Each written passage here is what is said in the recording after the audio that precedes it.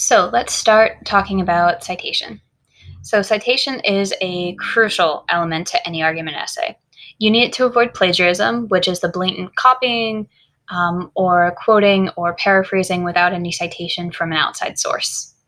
So it's really important that you always clarify where you get this information, but it also helps you back up your claim with obvious evidence. Now, keep in mind, as you are starting to do research, you need to really be picky about what information goes into your essay. Keep in mind, whenever you are including an outside source into your essay, you should argue that it's making it better. So why cite in general? You need to cite because citations show that you are an expert in this field, that you have done research, and that you can back up your claims and show where that information comes from so readers can confirm that. Now, do keep in mind, though, as I'm reading your essay, there's no way to differentiate your words from the words of your sources. So it's really important that you consistently cite so I can tell what information comes from you and what information is from these sources. Now, there are two options for this class. You can cite an MLA or APA. So academia, which is college, university, any higher education, is broken up into three fields, three divisions: the humanities, the social sciences, and the natural sciences. Humanities include English, music, art, basically remember as anything humans have made. Then the social sciences focus on interactions between people. So things psychology, sociology, how people interact with each other. Now, natural sciences focuses on how things work. So that's your bio, that's your neuroscience, that's your chemistry. So within these fields, everyone cites slightly differently. So in MLA, this is what we use for humanities. MLA stands for the Modern Language Association. It's typically used by people in humanities, but it's become such a popular formatting that's almost become college standard. If you've ever written a paper with your name, class, date in the upper right or left-hand corner, put your last name and page number at the top of the page, centered and italicized your title, that's technically MLA, but because it's become almost a college standard, a lot of people have forgotten that's technically MLA formatting. It's just almost become standard for college. Now, because we're in English, you may use MLA, but if you are going into the sciences, you are more than welcome to try out APA. APA stands for the American Psychological Association, and it's used by both sciences. Now, do keep in mind there are more citation styles than MLA and APA. There's Chicago, there's Harvard, there's Howard, and many journals will have their own hybrid form of citation. But these are the two most common, so I really recommend that you decide which one you think will be more helpful to you. There's no benefit necessarily between choosing MLA versus APA or vice versa. Just decide which one you think is more beneficial to you or what you feel more comfortable with. You are more than welcome to do one type for, let's say, paper one, you do MLA, paper two, you do APA, perfectly fine. But keep in mind, you have to choose one per paper. Do not mix them. It's a pain in the butt to fix it. Now, in terms of what actually are the formats for MLA and APA, there are two videos, one for MLA, one for APA that you can review. But don't forget, you do have your textbook. They have chapters on both. The website, Purdue OWL, has great formatting guides, lots of good examples. Or you also have guides available through the library website page. So there are two general forms of citation in general. There's in-text, and then we will be doing a works cited as well. So the first are the in-text citations. These are your quotations and your paraphrase. So quotes are when you take someone else's word exactly as they said it, and you indicate what words are theirs with quotation marks. Now this one's really important. You have to close your quotation marks. Again, when I'm just looking at your text, I have no idea what's your stuff and what somebody else's is except for quotation marks. So it's really important that you keep track of that stuff. It's also really important that the minute you put in quotations, you cite that. It is no fun to try to find that one quote you put somewhere in your essay or to figure out what source out of all of your sources that quote comes from. I strongly recommend that you cite it the minute you put it in your paper, even if it's just a URL holding. Just put something there so you know where it comes from. Now, one of my biggest pet peeves are hanging quotations. I've seen them on the internet described as floating quotations. They're the same thing. Basically, they're fragments. These are quotations that are not connected into sentences. For example, they just have the quote and then a cite, and that's it.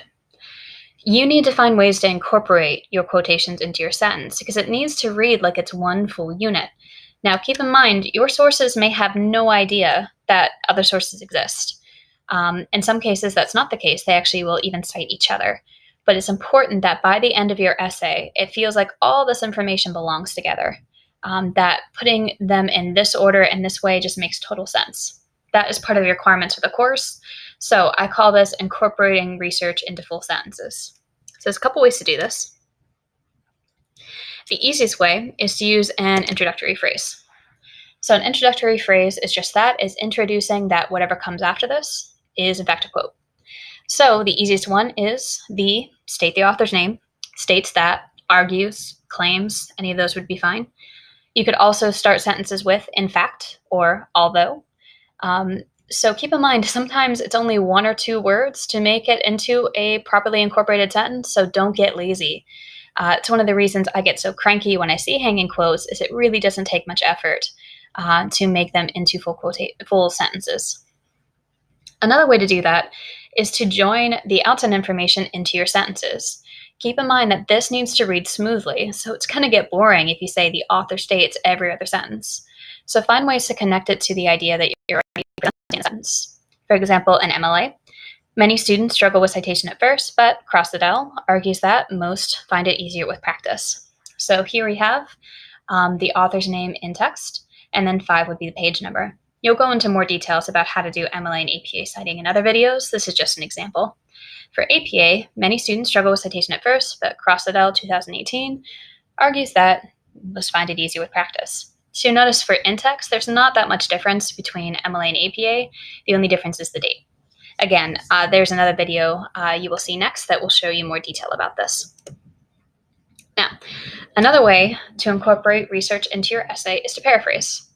Paraphrase is when you summarize quotations in your own words. Now, keep in mind, a paraphrase is still their information. So it's very important that you cite that. So even if it's completely your words, it's their ideas. Now, keep in mind, you cannot use the author's original words at all. So basically, think about this in terms of no adjectives or adverbs. Now, for example, if I give you the quote, the Steelers are the most amazing team in the Steel City, you can't use the word amazing or Steel City to describe that. But you don't need to change the fact that they are the Pittsburgh Steelers and that they play on Heinz Field. So you don't necessarily have to replace pronouns, but you can't use descriptive words. It also means that you can't use their sentence structure. So just by right-clicking and going to synonym, it does not work in terms of paraphrasing. You have to summarize the entire thing without using their words or their structure. Because of this, I really recommend paraphrasing multiple sentences rather than one. So here, I have a little paragraph from Autism Spectrum Disorder. It's basically summarizing ASD. And here's a paraphrase. According to Autism Spectrum Disorder, those with ASD have problems with social interaction, can make repetitive movements, and may have limited interests.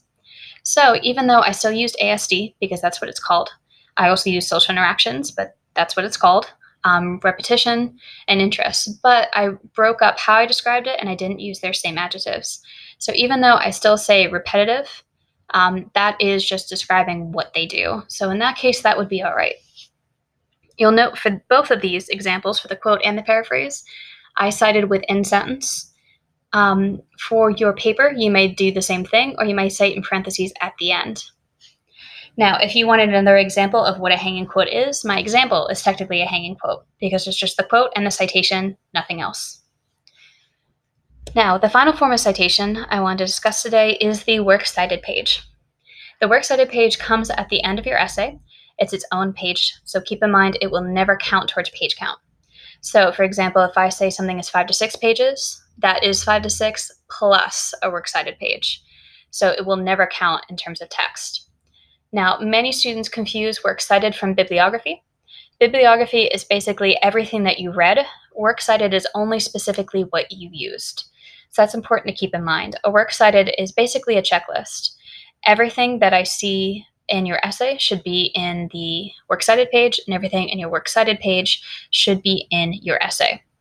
So make sure to review the MLA and APA videos for more information. If you have any questions, feel free to email me or let me know if you want some more details or examples. And don't forget to review the Purdue OWL website, your textbook, or Valencia's guides.